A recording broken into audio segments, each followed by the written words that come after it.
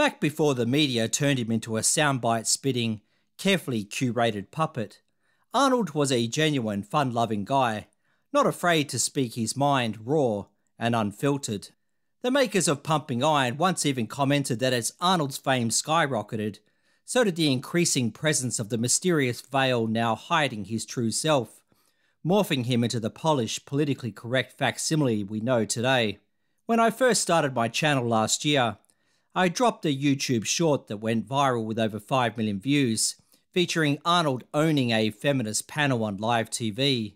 Now, not all of Arnold's best moments make it online, and I get it. He probably prefers that some of his more controversial gems like this one remain hidden deep in the archives. But when I recounted this particular story that was featured in the April 1977 issue of Muscle Builder, the comment section turned into a war zone. People were so triggered that my channel received a tidal wave of reports and was soon demonetized as a result. On top of that, I received a bunch of abuse and death threats, all thanks to a simple video. Folks were raging about how this never happened, how I had made the whole thing up, and just how racist was my pronunciation of Schwarzenegger anyway. Basically your typical day on the internet, right? It probably didn't help that I remixed the only footage I could find that suited the style of the narrative, which was Arnold's well-known appearance on The Dating Game.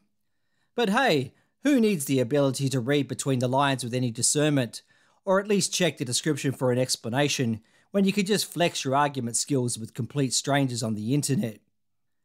I thought it was an interesting lens for just how much the landscape has changed, and how manufactured and sanitized the image of Arnold has shifted and transmogrified over time.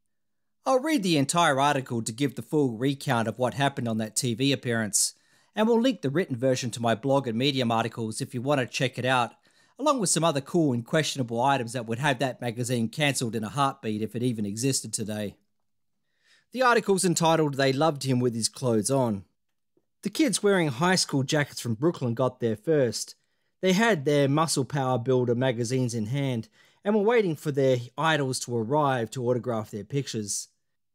Despite near-zero temperatures, the roped-off crowd around New York's Plaza Theatre thickened as Klieg lights crisscrossed the sky Hollywood style for the much-publicised premiere of Pumping Iron. New Yorkers were dying to see Arnold in person. They had been bombarded with Pumping Iron posters showing Ed Corney as he appeared on the cover of the book, on subways, buses, and any available fences and walls. All the newspapers and magazines interviewed Arnold and wrote about his showing up at chic gallery openings, socialite parties. They wrote about how he chatted with Jackie Kennedy and hung out with famous models and actors at Elaine's. What's more, he turned up on every TV talk show in town. One talk show appearance was especially memorable. It was the Midday Live show, and Arnold was the only male guest with the top 10 professional women of the year under the age of 35, as selected by Esquire magazine. Arnold showed clips of the film and then took off his shirt and demonstrated some exercises. Afterwards, the talk show host asked the girls what they thought about Arnold's body. One business lady replied, "I don't care much about muscles, but I do admire dedication." Another answered, "I prefer endurance sports, not bodybuilding." Arnold was quick to reply, "Bodybuilding is an endurance sport." The girl retorted, "I mean something like running?" "I run every day," Arnold growled. 5 miles in a half hour. "Do you run?" He leered at her. "Yes, I run a mile." "When you are a bodybuilder," he triumphed, "you can run 5 miles. The least attractive of the 10 women volunteered that she preferred the show's host untoned bodies to Arnold's. The delighted host turned to Arnold and asked, "What do you think of that?" Arnold shrugged. "Yeah, but look where it came from. I have 20 beautiful women a day chasing me at the Park Lane Hotel, asking for sex. Do you think if this woman moved into the Park Lane, that 20 men would chase her every day?" The 10 businesswomen blanched, and Arnold wrapped up the show with the following observations. I think some of these women are afraid to admire my body because their ugly husbands are at home watching them on TV. Also remember, unfeminine women are uncomfortable around masculine men, and some of these women are abnormally career-oriented. You can imagine how the women's livers were burning up the telephone wires to the TV studio after that discussion. But for every girl that turned up her nose at muscles, there were 5 that went absolutely crazy for them.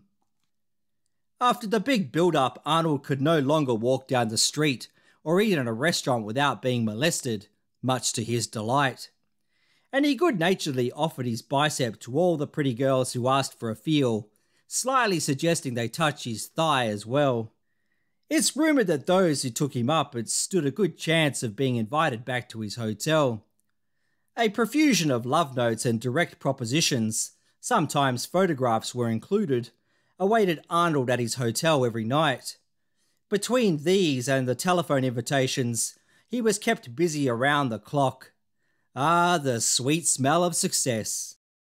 So there you have it, just a short one for this week discussing the backstory behind that particular clip. I'd love to one day track down the footage of the midday show from 1977, but I have no idea if the archive even still exists. But if you want to check out the full article and see some cool Pumping Iron premiere photos, visit the link in the description. And if you like what I'm doing here, please support the video with a like and a comment to help boost the algorithm. Thanks for watching.